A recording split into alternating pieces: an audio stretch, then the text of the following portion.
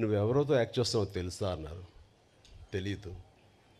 మహానటి సావిత్రి గారు ఉన్నారు, ఆవిడ కాంబినేషన్లో నటిస్తున్నావు అనేసరికి ఒక్కసారి ఒళ్ళు జలధరించింది. నా కాలు జారి గబుక్కుని కింద స్లిప్ పడిపోయాను. ప్రపంచంలో మరి ఏ నటి లేరండి, ఆవిడ ఒక్కావిడే కళ్ళతోటి యాక్ట్ చేసేవాళ్ళు, కళ్ళతోనే ఆకట్టిన వాళ్ళు, కళ్ళతోటి హావభావాలు పలికించేటట్టు గొప్ప నటీమణి.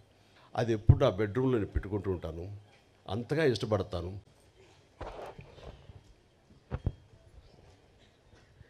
ఇంతమంది వక్తలు అత్యద్భుతంగా మాట్లాడిన తర్వాత నేను ఏమని మాట్లాడను, ఎక్కడి నుంచి మొదలుపెట్టాను?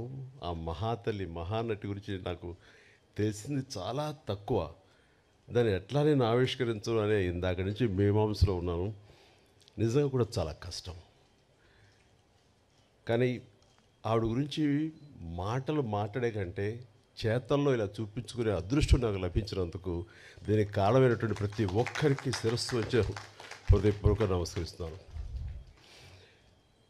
బట్ ఆవిడతోటి నాకు అనుబంధం ఉంది అని చెప్పుకోవటం అన్నది నాకు చాలా సంతోషంగా గర్వంగా అనిపిస్తుంది. నేను పునాదిరాళ్ళు అనే సినిమా మొట్టమొదటగా చేస్తానని వాళ్ళకి చెప్పడం అన్నది అది కాకతాళీయం. ఎందుకంటే అప్పటికి నా ఫిల్మ్ ఇన్స్టిట్యూట్ కోర్స్ పూర్తి కాలేదు, చెయ్యకూడదు, అయినా సరే తప్పనిసరి పరిస్థితుల్లో వస్తాను అన్నాను. అది 1978 ఫిబ్రవరి మంత్, మార్చి రాబోతుందో. అక్కడ ఎవరు ఉంటారంటే అప్పట్లో ఆర్టిస్టులు ఎవరో కూడా నాకు తెలియదు. 4 కుర్రవాళ్ళు, నరసింహరాజు హీరోగా ఉంటాడు, నువ్వు అందులో 5లో ఒకడివి. అక్కడికి వెళ్ళిన తర్వాత నెమ్మదిగా ట్రైన్ ఎక్కి రాజమండ్రి వెళ్తుంటే షూటింగ్ సమయంలో నువ్వెవరితో యాక్ట్ చేస్తున్నావో తెలుసా అన్నారు. తెలీదు. మహానటి సావిత్రి గారు ఉన్నారు, ఆవిడ కాంబినేషన్లో నటిస్తున్నావు అనేసరికి ఒక్కసారి ఒళ్ళు జలధరించింది.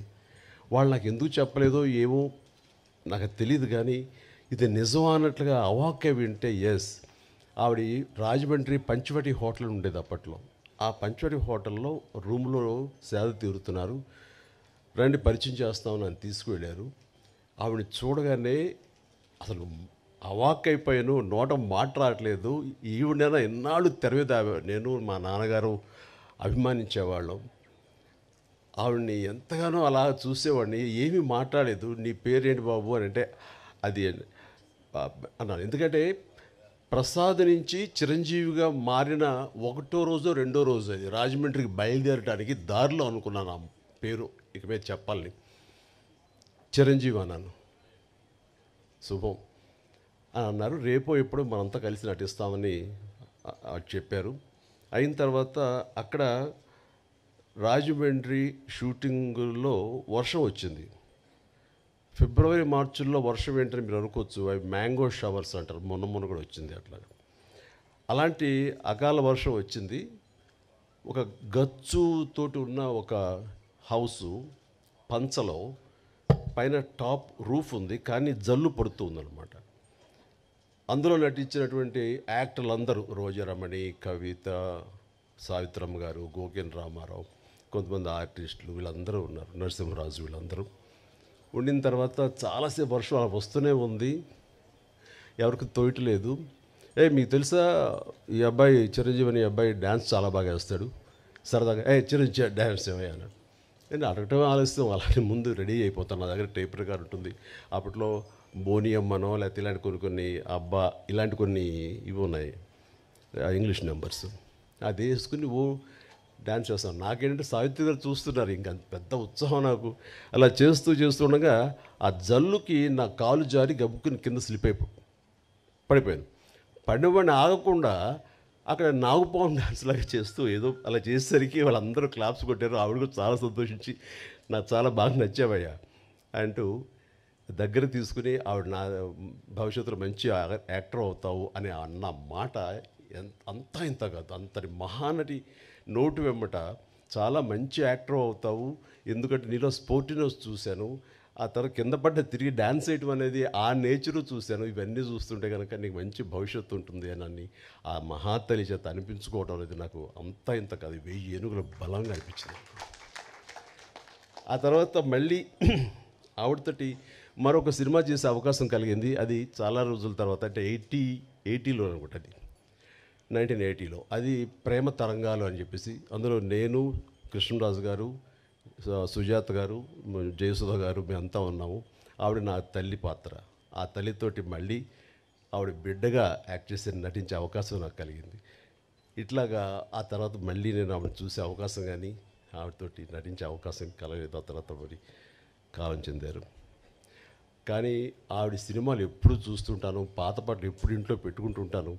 ఏదైనా పాత పాట చూడాలంటే కనుక నాకు సావిత్రమ్మ గారు యాక్ట్ చేసినవి, ఆవిడ పాడినవి, ఆ పాటలే చూస్తుంటాను.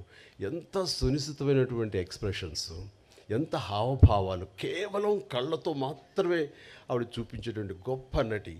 ఇందాక మన గత వక్తలు అన్నట్లుగా ప్రపంచంలో మరి ఏ నటి లేరండి. ఆవిడే కళ్ళతోటి యాక్ట్ చేసేవాళ్ళు, కళ్ళతోనే ఆకట్టిన వాళ్ళు, కళ్ళతోటి హావభావాలు పలికించేటువంటి గొప్ప నటీమణి. మా నాన్నగారికి చాలా ఇష్టమైన నటీమణి సావిత్రి గారు. సో బహుశా నాకు నాన్నగారి నుంచే వచ్చిందేమో. నాన్నగారు ఆవిడ పాటలు అవి ఏదో కనిపిస్తున్నా, ఎప్పుడైనా చూపిస్తున్నా, మేము సినిమాలకు వెళ్ళినా సరే, దాని ఇంటికి వచ్చిన తర్వాత విడమరి చెప్పేవాళ్ళు నాన్నగారికి నటన పట్ల మక్కువ కొద్దీ. సావిత్రి గారు ఎలా చేసేవాళ్ళు, అక్కడ చూడి అంత ఇదిగా ఉండేదో, ఆ కళ్ళ నుంచి బయటికి నీరు రాదు, కానీ ఆ కళలో ఆ కరుణ రసం ఎంత బాగుందో చూడండి నాన్నగారు చెప్తుంటే. ఆ రకంగా నాన్నగారి నుంచి నాకు ఆవిడ మీద అభిమానం కానీ, వారి నటనను అలా చూడటం కానీ, దాన్ని ఆకలింపు చేసుకోవటం కానీ, ఆ రకంగా ఆవిడ మీద అభిమానం పెరగడానికి బహుశా అదే కారణం. అందుకని నేను అంతకుమించి ఆ మహానటిని ఎనలైజ్ చేసి, ఆ మహానటి గురించి నేను చెప్పేంత అర్హత నాకు నిజంగా లేదు నాకు. బట్ ఆవిడ అనుక్షణం ఆవిడని ఎప్పుడు మనసులో ఆరాధిస్తుంటాను. నాకు ఒక మంచి ఫోటోగ్రాఫ్ మన కిషోర్ ఇచ్చాడు, సంజయ్ కిషోర్. అది ఎప్పుడు నా బెడ్రూమ్లో నేను పెట్టుకుంటూ ఉంటాను. అంతగా ఇష్టపడతాను. ఒకసారి అదే ఇందాక చెప్తున్నారు చాముండేశ్వరి గారు, ఇంటికి వచ్చినప్పుడు నేను ఆవిడని ఎప్పుడు ఎంతగా ఆరాధిస్తానో, మీరు సడన్గా వచ్చారు నాకు నిజంగా తెలియదు, కానీ మీరు నమ్ముతారో నమ్మరో అంటూ ఆ బెడ్రూమ్లోకి వెళ్ళి ఆ ఫోటోగ్రాఫ్స్ ఆవిడ చూపించినప్పుడు ఆవిడ ఎంత స్పందించారు, ఎంత ఇదయ్యారంటే అంత ఇంత కాదు. బహుశా అంతగా ప్రేమించే ఒక యాక్టర్ చిరంజీవి లాంటి మనిషి చేత ఇది చేయించాలని ఆవిడకి ఎందుకు అనుకుంటున్నారో ఏమిటో నాకు నిజంగా తెలియదు. కానీ మన బ్రహ్మానందం గారు వాళ్ళు అన్నట్లుగా ఆ మహాతల్లి పైనుంచి నా గురించి ఈ పుస్తక ఆవిష్కరణ కానీ, నా గురించి మరింత యంగర్ జనరేషన్స్కి తెలిసే విధంగా ఆ అవకాశం మళ్ళీ చిరంజీవి ద్వారానే బయట ప్రపంచానికి మళ్ళీ అందరికీ తెలిసేలాగా నేను ఎప్పుడూ చిరంజీవిగానే ఉంటాను. ఆయన మాటలు చాలా బాగా చెప్పారు. నేను చనిపోలేదు, నేను బ్రతికే ఉన్నాను అన్నది చెప్పుకునే ఇది నా ద్వారా లభించినందుకు, నేను దానికి ఒక వారధిగా ఉన్నందుకు నేను చాలా నా జన్మ సార్థకమైందని భావిస్తున్నాను. అలాంటి అవకాశం నాకు ఇచ్చినటువంటి విజయ చాముండేశ్వరి గారికి, గోవిందరావు గారికి నా హృదయపూర్వక ధన్యవాదాలు తెలియజేస్తున్నాను. వారి ఇంటికి వచ్చినప్పుడు చాలా చిన్నగా చేసేద్దామండి, ఎందుకంటే అమ్మకి ప్రకృతి చాలా ఇష్టం. మీ ఇంట్లో ఎటు చూసి సరే పూల మొక్కలతో చాలా అందంగా ఉంది, ఇలాంటి చోట చేస్తే బాగుంటుంది, మీలాంటి మనసున్న మనుషులు చేస్తే సరిపోతుంది అనుకున్నప్పుడు, అంతటి గొప్ప నటీమణిని, అంతటి వ్యక్తిని ఒక చిన్న చోట చిన్నగా చేయటానికి నాకు అసలు మనస్కరించలేదు. అందరికీ కొంచెం టైం తీసుకున్నా సరే ఇంతమందికి ఆవిడ గురించి చెప్పేలాగా అలాంటి ఆయా వక్తలు నేను ఇన్వైట్ చేసి వారి ద్వారా ఆవిడ గొప్ప ఔన్నత్యాన్ని తెలిసేలాగా నా వంతు ప్రయత్నం చేశాను. అందుకని ఇందులో నేను ఆవిడ గురించి ఏమని చెప్పగలను నేను చెప్పలేను. బట్ ఆవిడ గురించి ప్రేమ నాకు ఒక తల్లి లాంటి ఆవిడ మీద నా ప్రేమ మనసులోనే పదిలంగా దాచుకుంటూ, ఆ మహాతల్లి నాకు తన కూతురైన చాముండేశ్వరి, నా సోదరైన చాముండేశ్వరి ద్వారా నాకు ఈ అవకాశం ఇచ్చిందని భావిస్తూ, ఇది నా జీవితానికి దక్కినటువంటి గొప్ప అమూల్యమైన అవకాశంగా నేను భావిస్తున్నాను. అందుకనే ఒక్కోసారి మాటలు కొరవడిపోతాయి. ఈసారి నిజంగానే నేను మాట్లాడేటప్పుడు మాటలు వెతుక్కుంటున్నాను. దానికి కారణం లోపల తన్నుకొస్తున్నటువంటి ఉద్వేగం. అలాంటి భావోద్వేగాల మధ్య ఉన్న నాకు ఆ మహాతల్లికి మీ అందరి సమక్షంలో నేను మనస్ఫూర్తిగా నా నివాళులు అర్పించుకుంటూ, ఆ మహాతల్లికి ఇంతకంటే ఇంకేమి చేయగలం అంటూ నేను తెలియజేస్తూ, ఇంత ఓపికగా మీరందరూ ఉన్నారు, ఇంత చక్కగా మీరందరూ వీక్షించారు, అందరికీ నా హృదయపూర్వక ధన్యవాదాలు తెలియజేస్తూ నాకు ఈ అవకాశం ఇచ్చినందుకు ప్రతి ఒక్కరికి నా హృదయపూర్వక ధన్యవాదాలు. అలాగే పేరు పేరున ఇక్కడ ఇచ్చేసినటువంటి వీళ్ళందరూ కూడా ఒక ఫోన్ కాల్ చేసి రండి అనగానే పెద్ద ఎత్తున వచ్చారు, ఎక్కువ సమయం వెచ్చించారు, చాలా అద్భుతంగా మాట్లాడారు. వీరందరికీ నా హృదయపూర్వక ధన్యవాదాలు తెలియజేసుకుంటున్నాను. Good night. ధన్యవాదాలండి. వేదిక మీద ఉన్న వారందరినీ దయచేసి కూర్చోవలసిందిగా